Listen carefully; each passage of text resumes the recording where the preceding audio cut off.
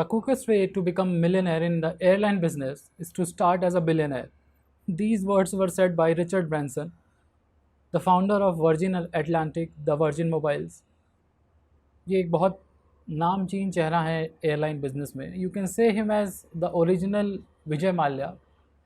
ठीक है, ये भी अपने फ्लैम्बर्ड लाइफस्टाइल के लिए जाने जाते हैं और साथ ही साथ अब तो इनका एक नया बिजनेस है ब्लू ओरिजिन्स जो स्पेस में भी ट्रैवल कराता है. बट ये लाइंस उनकी बहुत ही फेमस लाइंस हैं that if you have to become a millionaire in the airline business then start as a billionaire. क्यों कहा उन्होंने ऐसा? क्या है ऐसा एयरलाइन बिजनेस में जो ज़्यादातर एयरलाइंस फेल हो जाती हैं? क्यों नहीं इकोनॉमिक कॉस्ट अपनी निकाल पाती हैं? क्या है प्रॉब्लम्स? आज इन्हीं भी बातें में चर्चा करेंगे और आज का हमारा टॉपिक रहेगा that why India's airlines crash before they fly, the stories, the failures and the lessons and the future, how we can improve upon it. क्या प्रॉब्लम्स रही हैं, क्या रीजंस रहे हैं, इसको डिस्कस करेंगे. जो हमारी ग्रोथ स्टोरीज़ रही हैं उसको भी डिस्कस करेंगे और फेलियर स्टोरीज़ रही हैं उसको भी डिस्कस करेंगे और क्या लेसन्स मिलते हैं वो देखेंगे. ठीक है, और लेसन्स कहाँ से? ग्लोबल एयरलाइंस कैसे सस्टेन कर रही हैं, ये चीज़ हम देखेंगे. सो वेलकम एवरीवन, मेरा नाम है Rishabh. I am economics optional faculty है. आज इसके इकोनॉमिक इम्प्लीकेशंस को देखते हैं और कैसे एयरलाइंस बिजनेस आपके इकोनॉमिक ग्रोथ में एक हेल्प कर सकता है, इसके बारे में भी समझते हैं. So let's start the class with the beginning of airlines. कैसे शुरुआत हुई एयरलाइंस की? ठीक है, तो देखो, हम अगर इंडिया की बात करें तो इंडिया में सबसे पहली बार जो कमर्शियल प्लेन उड़ा that was by JRD Tata. It was called Tata airlines. इसको बोला जाता था टाटा एयरलाइंस. ठीक है, आगे चल के by 1946 it was renamed as Air India और इसी एयर इंडिया का वो आइकॉनिक महाराजा सिंबल था. ठीक है, बट आगे जाते हुए 1950s में 1954-55 में इसको एयर इंडिया को नेशनलाइज कर दिया गया.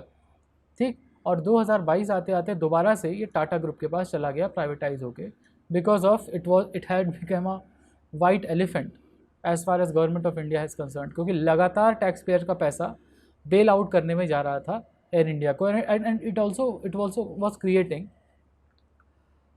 An unfair advantage in the market for Air India. क्योंकि ये लोग लॉस में रहे या प्रॉफिट में रहे, it doesn't matter because government was always there to bail out. तो एक अनफेयर कॉम्पिटिटिव प्रैक्टिस हो रही थी. तो इंडिया में कैसे शुरू हुई? बाय JRD टाटा. ठीक है, टाटा एयरलाइंस आई, उसको बाद में एयर इंडिया नाम दिया गया और आगे जाके इसको नेशनलाइज किया गया और फिर से प्राइवेटाइज किया गया under the Tata group. Globally अगर देखा जाए तो सबसे पहले KLM एयर 1919 में शुरू हुई जो आज भी ऑपरेशनल है. आज भी 100 साल से ज़्यादा आज भी ऑपरेशनल है. ये रॉयल डच एयरलाइंस थी, यानी this airline belong to the Dutch और नेदरलैंड्स. फिर शुरू हुई 1920 में Qantas airlines for mails and passengers both. और एक जो बहुत बड़ा रेगुलेशन आया US में 1978 में, the deregulation of airlines act 1978 in US, ये शुरू किया लो कॉस्ट एयरलाइन. यानी कि जो बहुत सारे रेगुलेशंस, क्योंकि भाई देखो air travel is very risky और अब तो प्लेन्स काफ़ी ज़्यादा सेफ़ हो गए हैं एक्सेप्ट सम बोइंग्स, बट अब प्लेन्स और एयर ट्रैवल काफ़ी ज़्यादा सेफ़ है. रिस्क प्रोफाइल सबसे कम होती है. ट्रैवलिंग में सबसे कम रिस्क अगर किसी का है तो वो एयर ट्रैवल का है. तो इनिशियली जब ये टेक्नोलॉजी नई नई बन रही थी तो there were a lot of regulations. But जब US का डीरेगुलेशन ऑफ एयरलाइन एक्ट आया तो इससे क्या बढ़त मिली? लो कॉस्ट एयरलाइंस को, मतलब जो पर पैसेंजर फेयर है वो कम होना शुरू हुए and it created a competition in the market. और ये कंपटीशन बहुत ही फ़ायदेमंद रहा US की एविएशन मार्केट के लिए. सोच के देखिए, जितना डिपेंडेंसी आज इंडिया में रेलवेज़ के ऊपर है उतनी ही डिपेंडेंसी US में एयरलाइंस के ऊपर है because of this market centric reform that was being done by the US government. India में लो कॉस्ट एयरलाइंस कब शुरू हुई? It started with air Deccan in 2003. ठीक है, एयर डेक्कन के राइज के ऊपर एक बहुत ही अच्छी अक्षय कुमार की मूवी भी आई है, हाउ इट स्टार्टेड. ₹1 एयरलाइंस का मतलब some of the tickets were available for only ₹1 in air Deccan initial pricing. ठीक है, तो कैसे ये ग्रोथ हुई? क्योंकि इससे पहले जो एयरलाइंस थी या तो वो एयर इंडिया थी अपनी महाराजा, या फिर जेट एयरवेज या किंगफिशर, ये सब कोई फुल सर्विस एयरलाइन थी. फुल सर्विस एयरलाइन मतलब जहाँ आपको खाना, एंटरटेनमेंट, स्क्रीन्स सब कुछ मिलता है. अगर आप आज एयरलाइन में ट्रैवल किए हैं तो आप इंडिगो, स्पाइस जेट ये देखते होंगे, ये सब अब लो कॉस्ट एयरलाइन है जिनका काम है पॉइंट ए से पॉइंट बी आपको कम से कम समय में पहुंचा देना। लो कॉस्ट एयरलाइन मतलब फिर आपकी सीट्स बढ़ती है, आपका एंटरटेनमेंट कोशेंट कम किया जाता है, ठीक है। जो आपको लग्जरीज़ मिल रही थी पहले फुल सर्विस एयरक्राफ्ट्स के साथ साथ कि खाना मिलता है आपको ऑन बोर्ड आपको एंटरटेनमेंट मिलता है, वो सब हटाया गया ताकि सीटिंग कैपेसिटी बढ़ाई जा सके और 2-2.5 घंटे में लोगों को पॉइंट टू पॉइंट पहुंचाया जा सके, ठीक है। This is called low cost airway, sorry low cost Indian airlines. लेकिन शुरुआत कहाँ से हुई थी? एयर डेक्कन से। बाद में वो किंगफिशर के साथ मर्ज हो गया, आगे चल के दोनों एयरलाइंस बंद हो गई। क्यों हुआ, क्या हुआ, वो रीजंस हम आगे देखेंगे। बट आगे बढ़ने से पहले अब हम लोग बात करते हैं कि क्या प्रॉब्लम्स हैं इंडिया के एविएशन पैराडॉक्स में। What are the problems? देखो सबसे बड़ी प्रॉब्लम है, देखो India is the third largest domestic aviation market in the world, ठीक है। यूएस चाइना के बाद India is the third largest domestic aviation market which is ever growing. और जनरली देखा जाता है जो ग्रोथ सेक्टर होते हैं या सनराइज सेक्टर होते हैं वो आपको आज नहीं तो कल प्रॉफिट बना के देते ही हैं। बट इंडिया के एयरलाइंस मार्केट को अगर देखा जाए तो जितनी एयरलाइंस इंडिया में बंद हुई हैं including full service like Kingfisher Jet Airways and are low cost airlines like Deccan, like air Sahara और लाइक गो एयर, ठीक है, गो फर्स्ट जिसको बोला लास्ट में बोला जाता था, ये सारी एयरलाइंस बंद भी हुई हैं। तो ऐसा क्यों हुआ? Plus India is growing market और it is projected third largest overall by 2030, यानी 2030 तक ओवरऑल वर्ल्ड में इंडिया की airlines will be third largest in the market. Yet see 12+ airlines failed in India, Kingfisher, Jet Airways, Go First. So why do they crash? What are the problems, what are the reasons कि क्यों ऐसा होता है कि सिर्फ एक Indigo है जो 64% मार्केट शेयर लेके बैठी हुई है, IndiGo having a 64% market share as a low cost airline, but बाकी सारी एयरलाइंस फेल कर जा रही हैं, चाहे वो लो कॉस्ट हो चाहे वो फुल सर्विस हो। फुल सर्विस में एक ही एयरलाइंस बची है अभी जिसका नाम है एयर इंडिया, वो भी अब टाटा ग्रुप का। Air India and Vistara are now a single entity. तो एयर इंडिया विस्तारा जो है वो इकलौती आपकी एयरलाइंस बची है जो इंडिया में फुल सर्विस एयरलाइंस है। तो क्यों है ऐसा? Let's talk about the reason. So let's talk about the reason number 1। सबसे ज़्यादा ज़रूरी होता है क्या? Aviation fuel.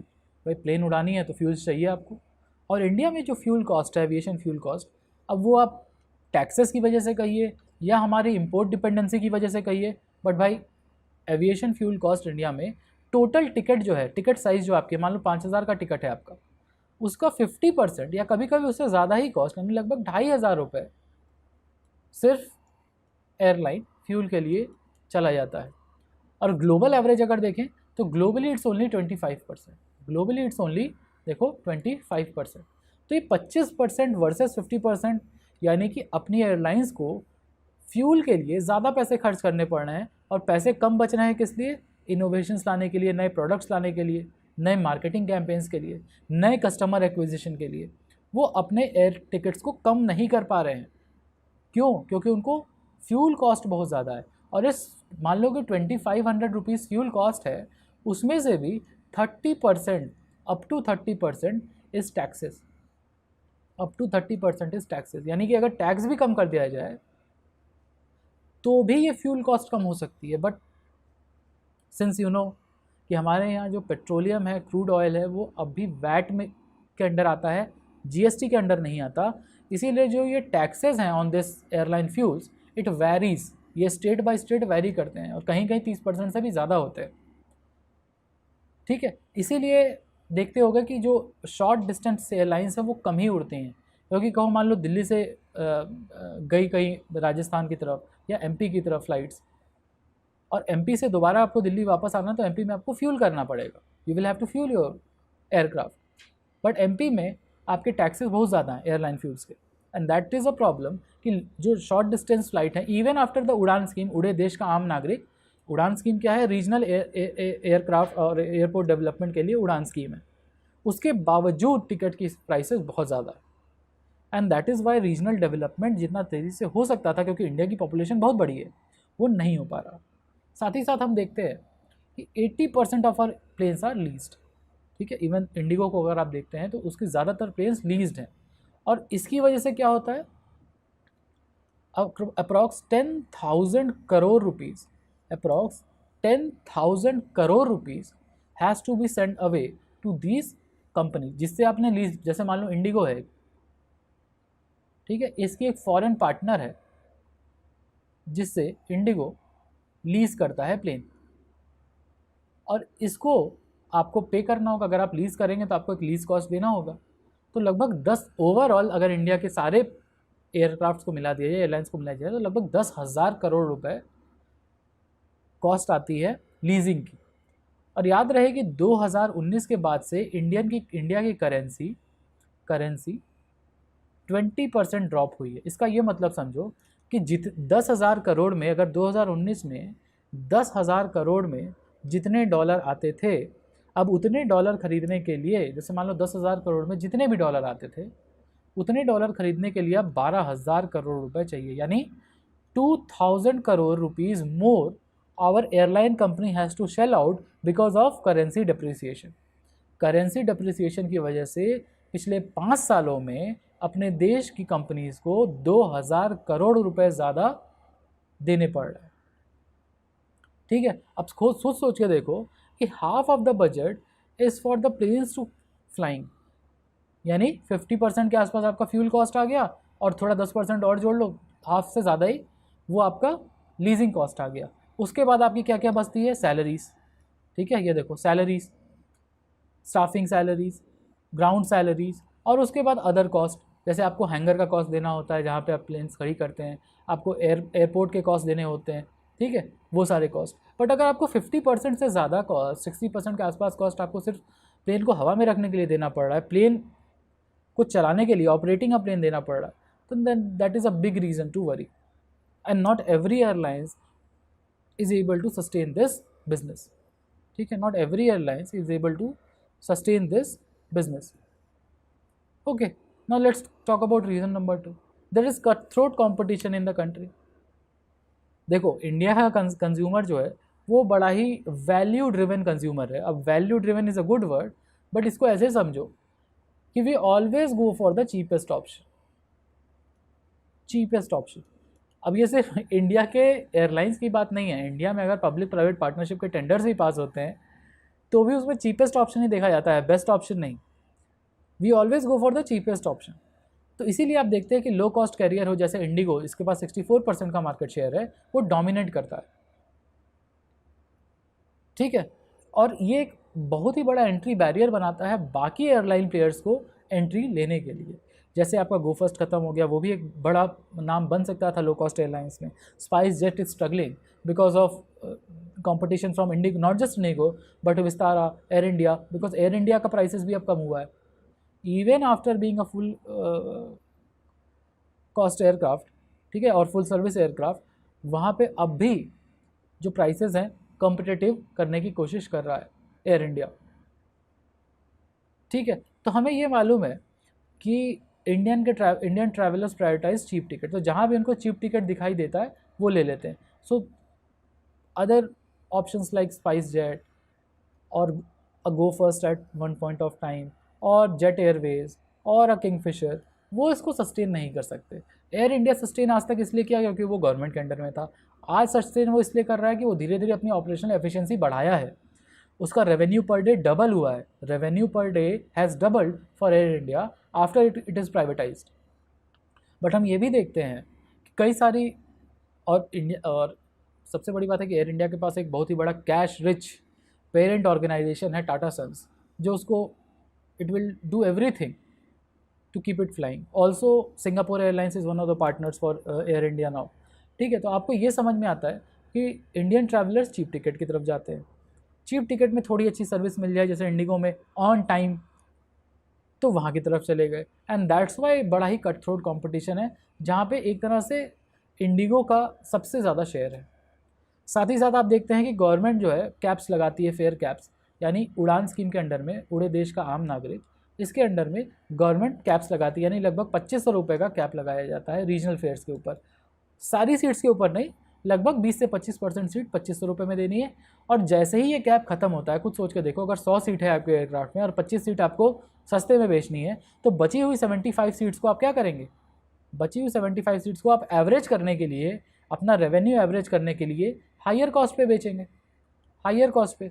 तो एक्सेप्ट द फर्स्ट 20 और 25% seats, rest all the seats are much higher in cost, क्योंकि एवरेज आउट करने के लिए आपको हाई कॉस्ट करना पड़ेगा। अगर वो कैप नहीं होता तो हो सकता है कि सबको सीट लेट से 3000 रुपीज़ या 3500 की पड़ती। अब वही सीट कुछ लोगों को 2500 की पड़ेगी और बाकी लोगों को 5500 6000 रुपये की पड़ेगी। और उसकी वजह से क्या होगा? People will not prefer air travel and go for railways और buses. Also premium airlines like Kingfisher, Jet Airways, ये नहीं सर्वाइव कर सकते in low fares, because they don't just provide you air travel, they provide you an experience and you have to pay for that experience. क्योंकि experience जो आपको provide किया जा रहा है हाई कॉस्ट एयरलाइंस में, वो अपने स्टाफ की सैलरीज उनकी ज़्यादा होंगी। They will have to travel with a lot more luxury items on their plane, जो इंडिगो को नहीं करना पड़ता। तो this cutthroat competition is also one of the reasons. Reason number 3 is there were a lot of regulatory roadblocks. आज भी है। Udan scheme is also, it's not very market friendly scheme.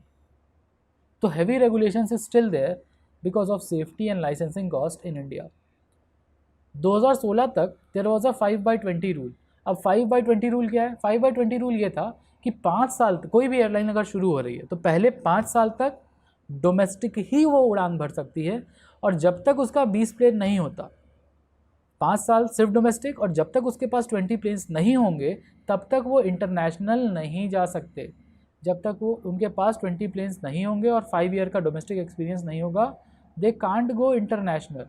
अब तुम ये सोचो कि इंडिया का कंज्यूमर वैल्यू कंज्यूमर है, वो फुल सर्विस एयरलाइंस को पैसे देना नहीं चाहता क्योंकि उसको सस्ती एयरलाइंस चाहिए, और इंटरनेशनल प्लेन्स उड़ नहीं सकती क्योंकि गवर्नमेंट का रेगुलेशन है। और इंटरनेशनल रूट्स क्या होते हैं? These are high revenue routes, these are high revenue routes. कि मान लो कि डोमेस्टिकली हम सस्ते में टिकट बेच रहे हैं, तो हम कमा कहाँ से लेंगे? इंटरनेशनल जाके। बट इंटरनेशनल भी जाने नहीं दिया जा रहा, क्योंकि जब तक तुम्हारा 20 प्लेन नहीं होता, 5 साल नहीं होता, तुमको नहीं जाने देंगे। And that also created a lot of roadblocks for the development of aviation industry और growth of aviation industry in India.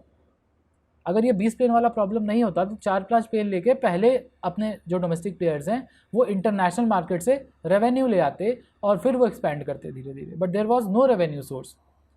Also government favoured Air India lot and that hurted the private airlines, और you can say that hurt the market.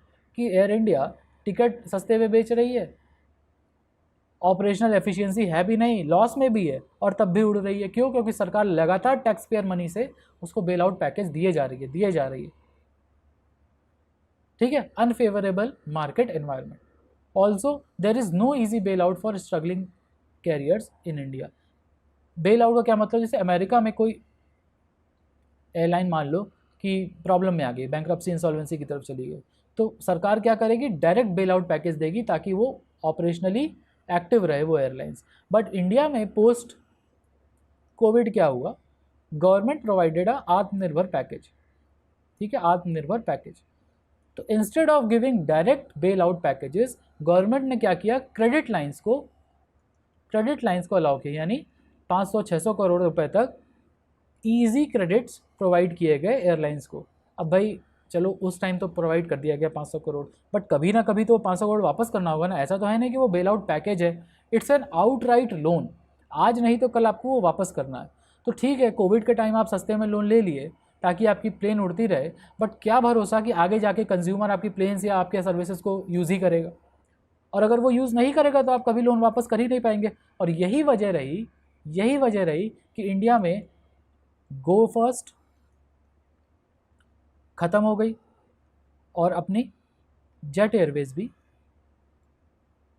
Grounded हो गई। बची कौन सी? सिर्फ Kingfisher, और वो भी बहुत स्ट्रगल कर रही है अपने आप को ऑपरेशनली प्रॉफिटेबल रखने में। It's very struggling for them also, क्योंकि टॉप प्लेयर तो इंडिगो है और उसके बाद Tata group, that is air India, Vistara, air Asia, ये तीनों एयरलाइंस टाटा ग्रुप के अंडर आती है। उसके बाद अगर कुछ बच गया तो फिर आता है अपना स्पाइस जेट, और उसके बाद एक नई एरोप्लेन जो शुरू हुई है राकेश झुनझुनवाला के द्वारा, जो है Akasa Air. And there is a lot of problem, जब रेगुलेटरी रोड ब्लॉक्स बहुत ज़्यादा हैं, रहे भी हैं और आज भी हैं, ठीक है। Reason 4 is mismanagement and debt. सबसे बड़ा शाइनिंग एग्जाम्पल है इसका Kingfisher. Kingfisher was luxury focus, ठीक है, लग्जरी फोकस होना ठीक है, बट उसके लिए उन्होंने लगातार डेट पे डेट लिया ताकि वो एक्सपैंड कर सके, वो जो 20 एयरक्राफ्ट रूल है उसमें एक्सपैंड कर सकें और इंटरनेशनल जा सकें किंगफिशर को लेके, ठीक है, इंटरनेशनल जा सके।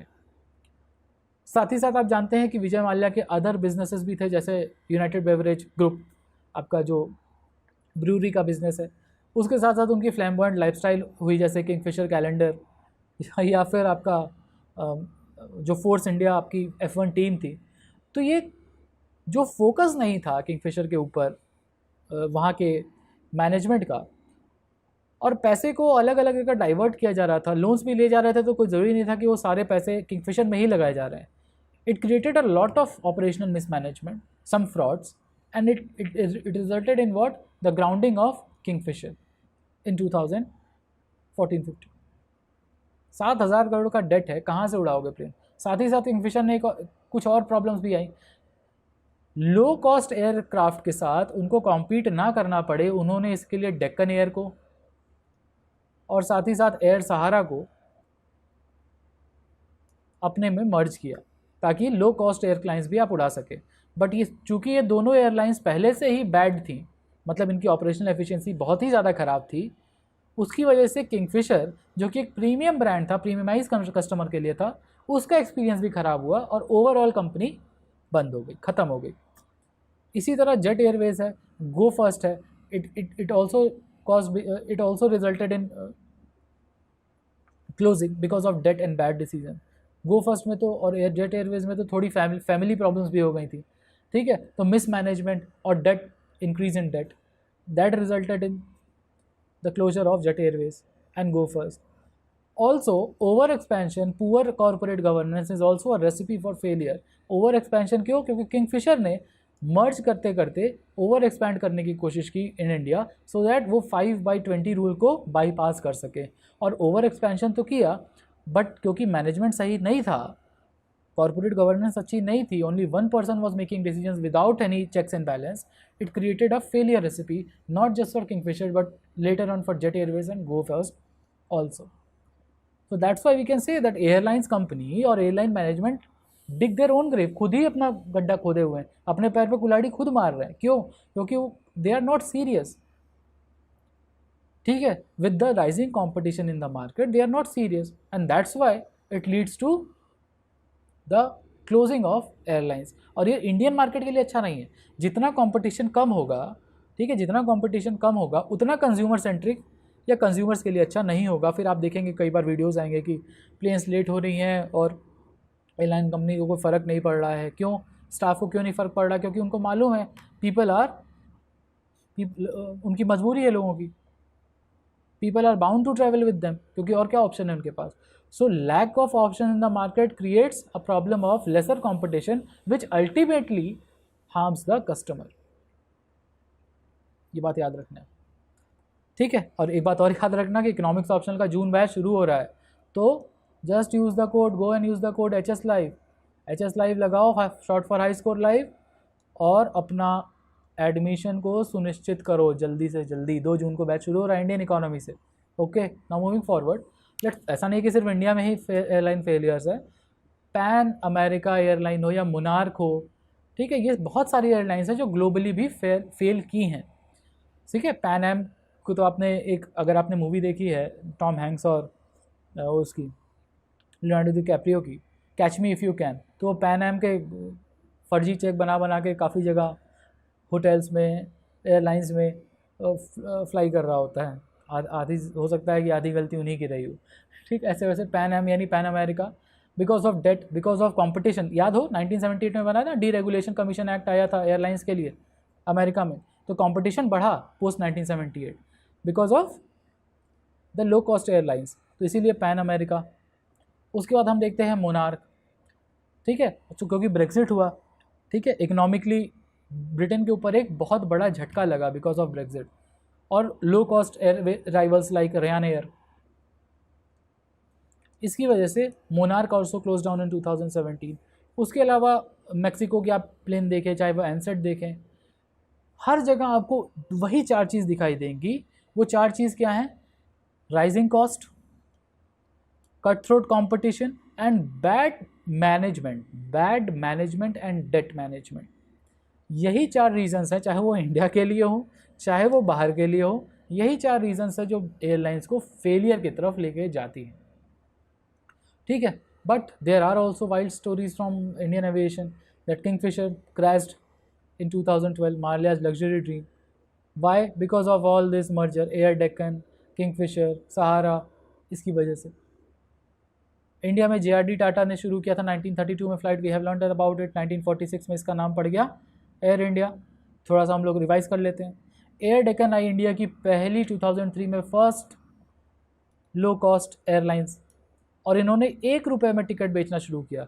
इसके ऊपर एक बहुत ही अच्छी मूवी है, आप देख सकते हैं उसको, of Akshay Kumar, on this air Deccan, the rise of air Deccan.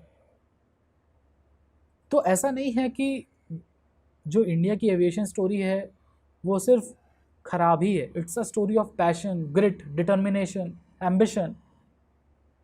तभी आज हम देखते हैं कि इंडिगो जैसी एयरलाइंस ग्लोबली डोमिनेंट प्लेयर बनने की ओर बढ़ रही हैं। हम देखते हैं कि कैसे अपनी एयर इंडिया हो या फिर इंडिगो, ये दोनों ही एयरलाइंस लगभग 500 एयरक्राफ्ट्स का, 500 एयरक्राफ्ट्स का ग्लोबल ऑर्डर देती हैं, which is among one of the world's biggest orders. तो ऐसा नहीं है कि ग्रोथ नहीं है, ग्रोथ है, but because of lot of setbacks, because of bad management, we have seen lack of competition in the market. ठीक है, so what are the lessons that we can learn? We can learn that we should try to cut cost, avoid debt, do better management practices, ठीक है, and try to learn from Indigo how to run the airline business profitably। Operational profit है वो उनका। Government को ये चाहिए कि जल्द से जल्द एयरलाइन फ्यूल्स को वैट से हटा के एटलीस्ट GST के अंडर में ले आएँ, या फिर टैक्सेस को रैशनलाइज करें। तो अगर टैक्सेस रैशनलाइज होंगे, ना सिर्फ इंडियन एविएशन के लिए अच्छा है, बल्कि जो प्लेन्स इंडिया को क्रॉस करके जा रही हैं, सोच के देखो, सिंगापुर से उड़ी, दुबई गई, अगर वो सिंगापुर से उड़ के इंडिया को अपना बेस बनाए, हॉल्टिंग बेस बनाए और इंडिया में फ्यूल करें, because of lower taxes in India, better fuel quality, तो इंडिया का इकोनॉमिकली, इंडिया के पास ज़्यादा फॉरेन एक्सचेंज आएगा। ठीक है, ऑस्ट्रेलिया से कोई फ्लाइट आ रही है, इंडिया उसका अगर रेस्टिंग हब बन जाए और यहाँ पे वो फ्यूल कर सके, तो इंडिया के पास और फॉरेन एक्सचेंज आएगा। India will become a better destination, global destination, not just for airline fuelling but also for airline management. And इससे क्या होगा, इंडिया में टूरिज्म का फुटफॉल भी बढ़ेगा। Also we have to improve our infrastructure, modernise airports, और airport modernise करने के साथ साथ जो एयरपोर्ट फीस है उसको भी थोड़ा कम करने की ज़रूरत है, ताकि ज़्यादा से ज़्यादा लोग एक्सेस कर सके एयरपोर्ट को। सो या by the future there are, I have told you, around 1100 new planes are coming to India. So there is a big potential in India with a new player like Akasa Air creating more competition, and more competition will do what? It will push not just the government to do reforms, but it will also create a better opportunity for India's middle class to fly in aeroplanes. ठीक है, सो हमने सब कुछ बात की कि क्यों failure हुए, क्या अच्छी सक्सेस स्टोरीज हैं, क्या है हमारा फ्यूचर,